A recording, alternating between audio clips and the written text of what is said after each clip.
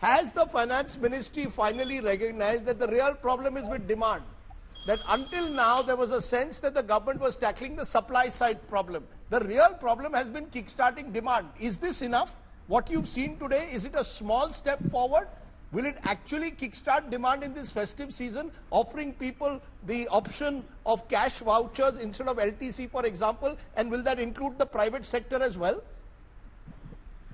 So Rajdeep, the very fact that the government has finally, after 2 years of persuasion, has finally acted on consumption is an admission that there was a problem in consumption and not necessarily the supply side, which the government was largely tackling until now.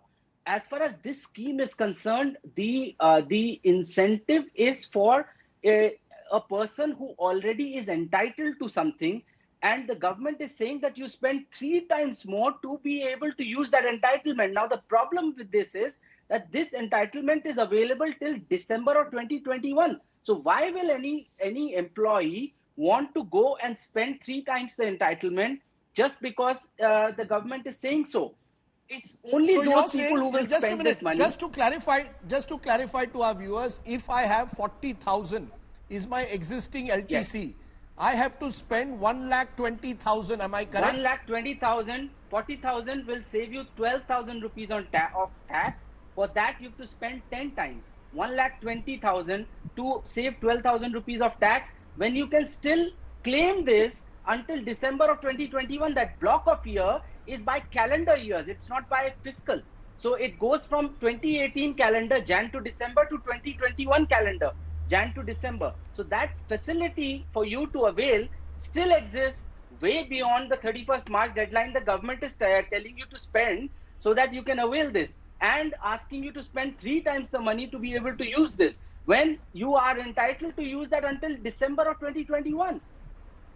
So you're saying that people will end up deferring in any buying. That's the worry that you have, right? That instead of buying now, they would defer it to next year.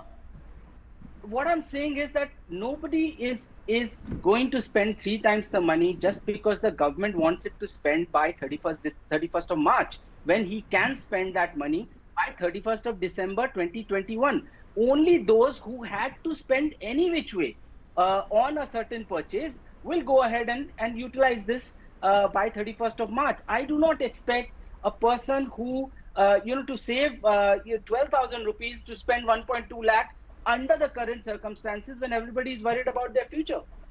Gaurav Ballabh, respond in a way, because look, it's not let's be clear, it's not an easy solution. What is the solution that you have to trigger consumer demand? Opposition is targeting government. You've been targeting them for 6 months. You give me your alternative now. Rajdeep, very fair question, and I will give the alternate. Alternate is that you have to give the money in the hands of the people, and when I'm saying money, it should be additional money. It should not be window dressing. It should not be creative accounting. You tell me, Rajdeep, to save 12,000 rupees tax in the current recessionary condition, when the GDP is down at minus 23.9%, is any prudent person is going to spend 120,000 rupees? Yes or no? I am asking your viewers this question. Second point, the gentleman from BJP was telling that the economic activities had started. I just want to tell him that in the month of May, June, World Bank had predicted the contraction for the entire year as minus 3.2%.